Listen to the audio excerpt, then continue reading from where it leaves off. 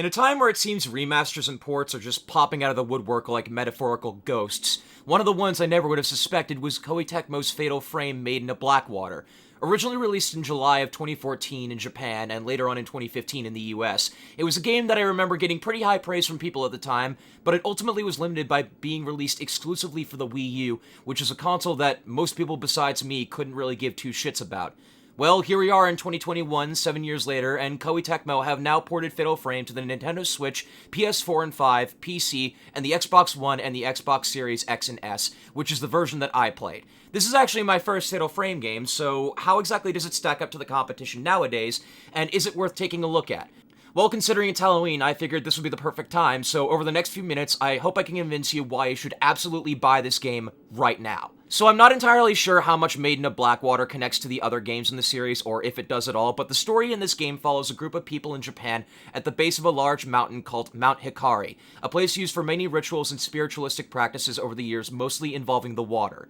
You play as three different protagonists, Yuri, Ren, and Miyu, who all have some kind of connection to the events taking place on the mountain, and all have people they wish to rescue from the clutches of the dark forces. Of course, being a Fatal Frame game, that means there's a ton of ghosts and spirits in the way ready to drag the three of them down to the depths of hell, with the only way of fighting back being a mystical device known as a camera obscura. Maiden of Blackwater has some absolutely phenomenal atmosphere with great use of lighting and sound effects. The music is appropriately spooky and ambient, with what sounds like deep moaning and spirits calling out to you.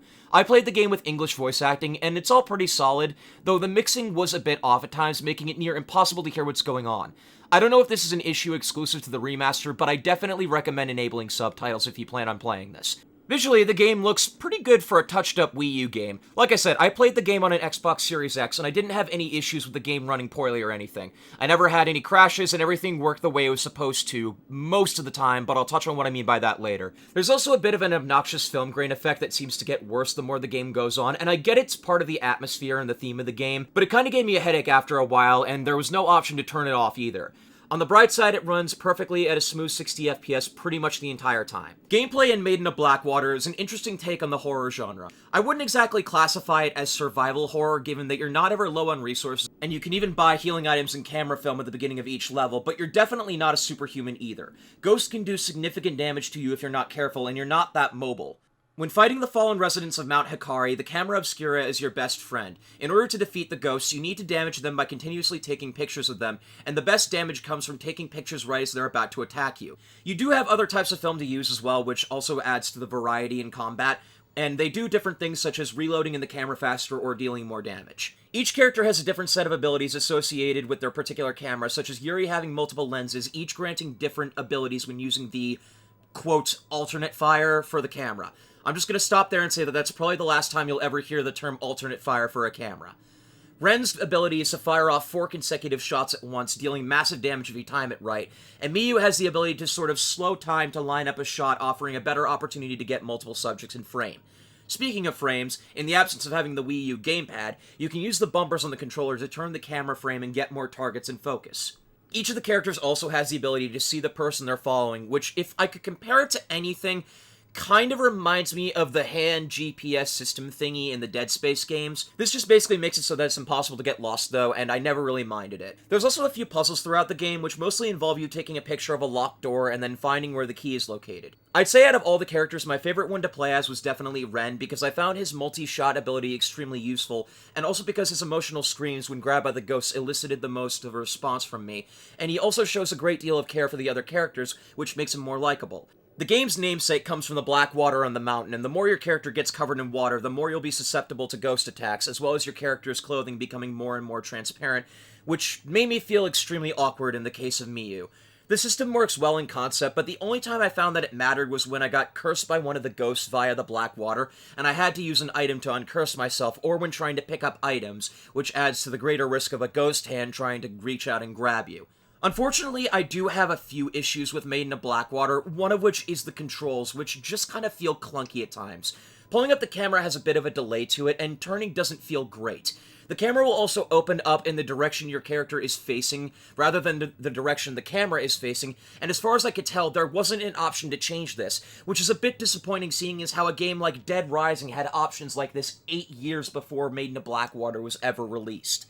I think this problem could have easily been circumvented by just keeping the characters always facing the direction the camera is pointing, but instead they kind of face wherever you tilt the left analog stick, unless you move the right analog stick at the same time, in which case they'll awkwardly jerk their bodies around. And in the middle of combat, this makes accurate shots kind of difficult, even though there is a lock-on feature, which makes it a bit better, just not by much. Everyone also moves so goddamn slowly that they almost feel like they're always in water anyway. You do get infinite sprint, but it doesn't matter much when you run at the speed of a leisurely jog, which makes the sections where you have to trek through waist-deep water feel like you're being weighed down by concrete shoes. Button presses sometimes wouldn't work either. In fact, I died to the final boss and had to restart the entire thing because I knew what I needed to do, but I couldn't get the controls to cooperate with me. The dodge move that you have to avoid charging ghosts can also be a bit disorientating at times, and every time I used it, I often sprinted away from the thing trying to attack me so I could turn around and regain my bearings. Another problem is that the game can be a bit slow-paced in the beginning of the last third, and there's not that many areas in the game, meaning a lot of backtracking and going to the same environments over and over again. On the bright side, the last few missions, or drops as they're called here, are utterly fucked up in the best possible way and totally make up for that bit of a drag. The second to last one in particular is just absolutely perfect in terms of atmosphere, and I dare not spoil it. Ultimately, while Maiden of Blackwater isn't the best horror game I've ever played, for someone who's terrified of Japanese horror, this game ticks all the right boxes for me. There's several times, especially near the beginning of the game, where I screamed so loudly that people thought I was getting hurt. And ultimately, I absolutely would recommend it if you like a spooky ghost game. For my first Fatal Frame game, this was an awesome time that freaked me out and left me feeling good and creepy. The director has even stated that if this remaster does well, he may consider remastering some of the older games too, which should give you even more of a reason to go and buy this right now on your platform of choice to experience a game with all the spirit of horror, which it captures beautifully.